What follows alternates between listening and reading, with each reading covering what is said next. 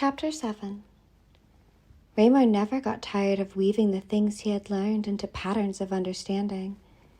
Each idea, an answer, each experience, and each thing he felt, he wove them thread by thread in and around each other until they formed a tapestry of truth that grew clearer every day.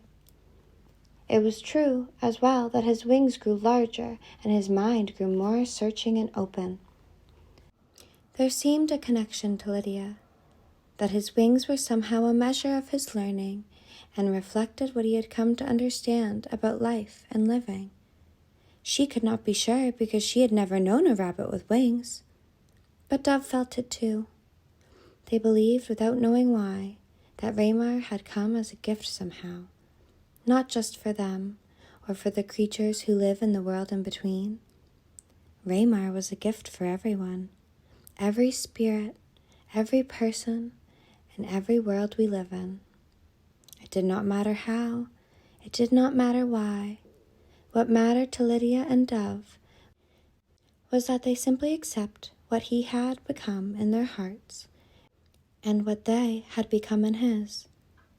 So neither questioned more for now, or wanted to.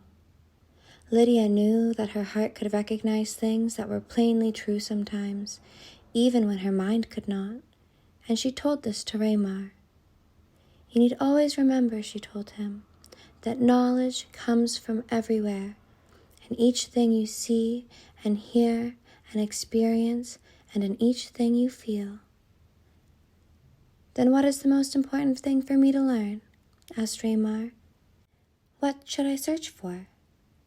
I do not have an answer for that, said Lydia.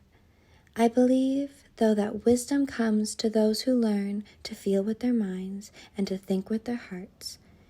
It is the combination, love and thought together, that teaches us most.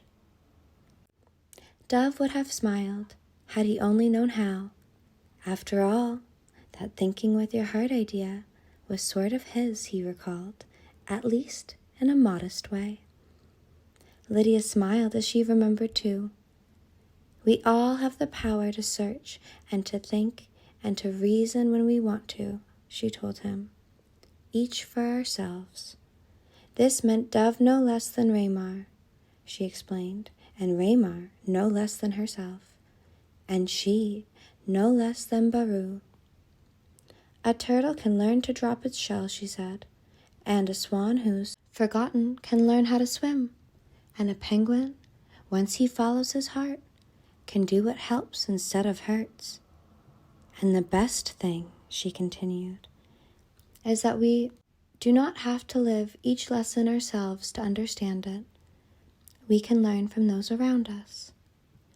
Just then, as if by command, a flock of butterflies fluttered around Lydia's head, dancing as rainbows in the summer sun, except for one. It was a large white butterfly that flew apart from the rest, a beautiful creature with huge pale wings.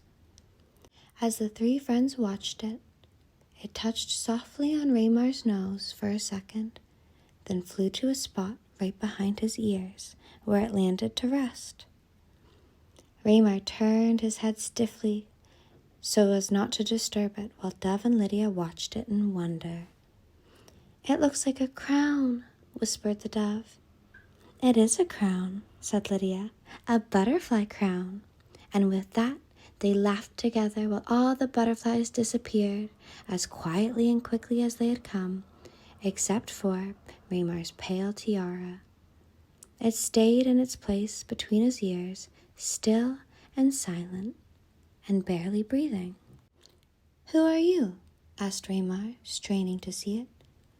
My name does not matter, the butterfly replied, but you can call me Leonardo, and I will answer to that. May I ask what you're doing on my head?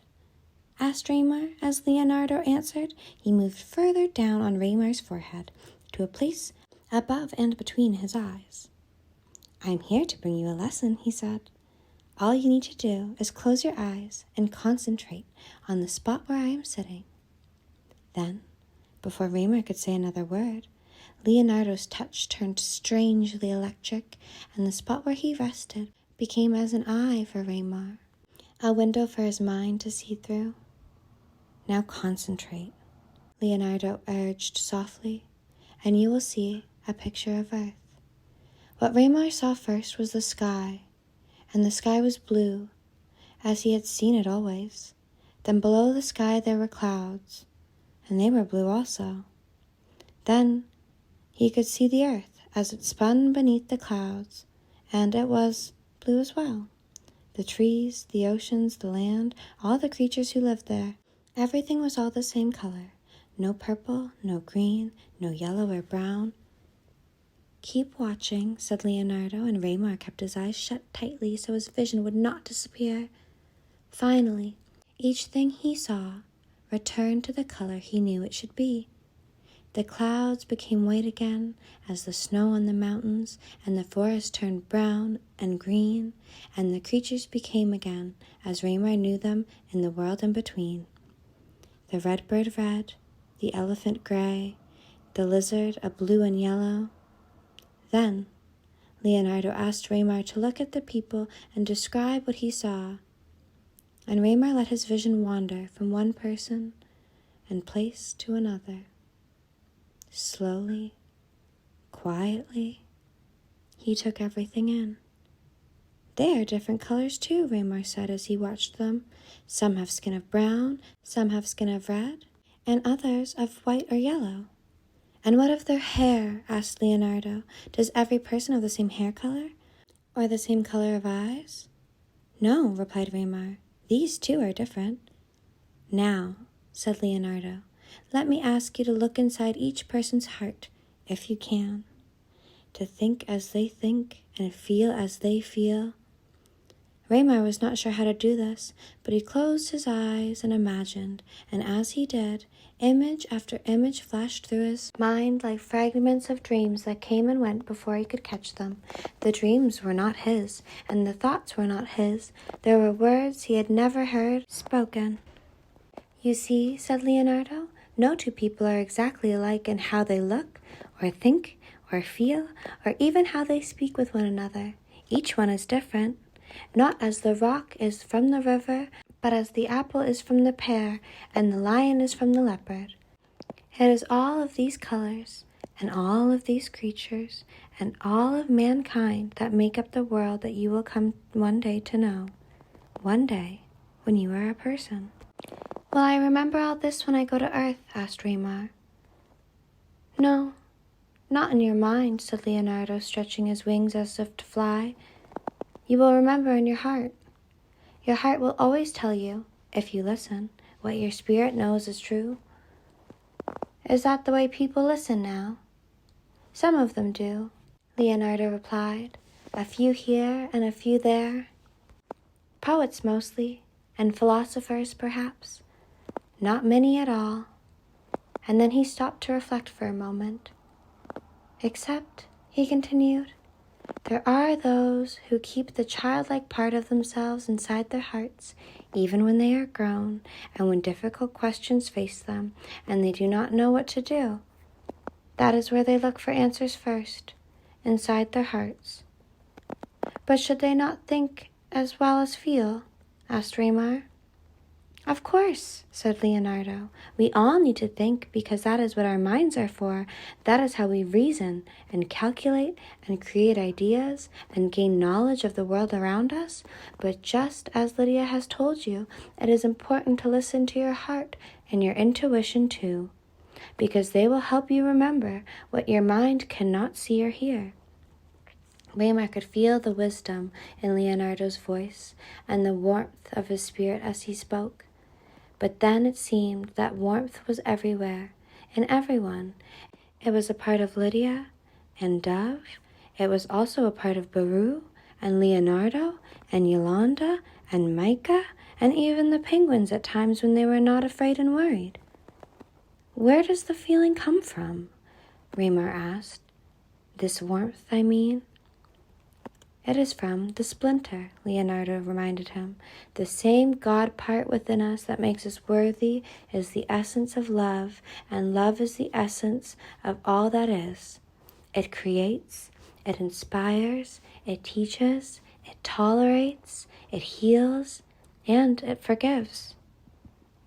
It is also warm, Ramar interrupted. Ah, yes, it is warm, smiled Leonardo. Because it is energy. It is the source of life. We exist because of love. And does love come in colors too? Asked Ramar. The colors of love are as many as the minutes of a century, Leonardo answered, with shades and hues that multiply their number yet many times again. You and I could never know or count them, nor Lydia and Dove, nor all the centuries and all the worlds together. Lydia nodded as she listened. To understand love, she said to Ramar, would be to understand everything, and no one has ever done that. Love is a mystery, said Leonardo, that does not need an answer. It does not need anything, in fact. We just know that it is always there, within us. With that, Leonardo flew from his spot on Ramar's forehead and made a whisper soft landing on a blossom nearby. Then he looked at Ramar intently. What have your visions taught you, he asked. Is there any, say, one thing you have learned above anything else? But Ramar had no answer. Not exactly, he replied. He only knew that each and everything, whether person, bird, or tree, is created in different colors, and these colors together make up the face and the hands and the feet of God. That is it, he said to Leonardo. It is not what's the same between us that matters. It is all the things that are different and how they fit together. You mean things are different from bird to bird? Asked Leonardo. Yes, Ramar laughed. From bird to bird, from rabbit to rabbit, and even from butterfly to butterfly. Each of us is unique, if not in the ways we look and feel, then usually in the ways that we think. Leonardo was greatly impressed. And what does this tell you? Ramar answered thoughtfully. It tells me that I should always be sensitive to the beauty of others, and to hear each of them when they speak to me, and to listen with an open mind. And what else? Asked Leonardo. It tells me that my way need not be their way, nor their way be mine, said Ramar. We each have gifts that are ours alone. The more we share these gifts, the greater they multiply. Leonardo interrupted. You've learned all this just now, he asked. Just from your visions? Well, no, said Ramar. Some I had learned from Lydia, some I had learned from Dove, and Micah, and Yolanda, and some is what the penguins taught me, and Baru, and the gray granite frog. It seems to me that there are lessons just about everywhere if we take the time to listen and think and remember. Dove and Lydia looked at each other in mutual pride. Our rabbit friend grows wise, said Lydia, and he speaks truths that ancient souls have somehow lost or forgotten, and truths that some never knew. There was love in her voice as she spoke of Ramar, and there was a trace of sadness too. She felt that one day, maybe very soon, he would be gone from the world in between. She did not know how, or why, or when exactly, only that the time was growing near. She turned to Leonardo, who rested yet on a blossom nearby. What of Ramar's wings? She asked. Do you know their secret? Leonardo replied that he did not, that in all his great travels, in all of his lives, and in all his gathered wisdom, he had never met or seen or heard of a rabbit with wings, nor indeed had he ever known a rabbit like Ramar, even without his wings. Ramar was unique in himself. There was no one like him. Ramar did not hear them talking, though, either what they said or what they felt about him. His mind was caught in the colors he had seen. He knew that every creature and everything and every thought and every feeling were like threads to be woven into his tapestry of truth and life.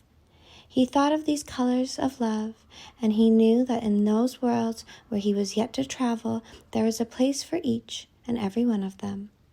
Each creature belonged, each thought was valid, each feeling, each choice, each color.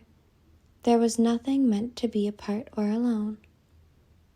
He also knew that when he became a person, he would be free to think and choose for himself, and it was the only way that he could grow. Should he have a destiny, he thought, it would be to search for truth, as it is for all of those who live with an open heart and an open mind. And the promise he made was that he would listen through both as best he could, today, tomorrow, and always. It was just at that moment, as the promise was given, that he felt a stirring in the pit of his stomach he had never known before. It was small at first, and he hardly felt it. But then it grew stronger, and it spread through his chest, and then to his head, and then to his wings, gaining power as it grew. Again, it seemed something electric, an energy in itself, and even Lydia and Dove and Leonardo could see and hear it as Ramar's wings began to tremble with what's coming.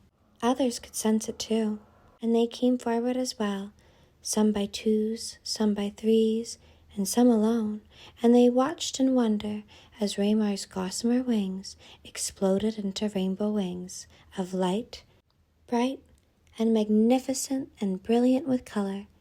There were reds, there were greens, there were blues and purples.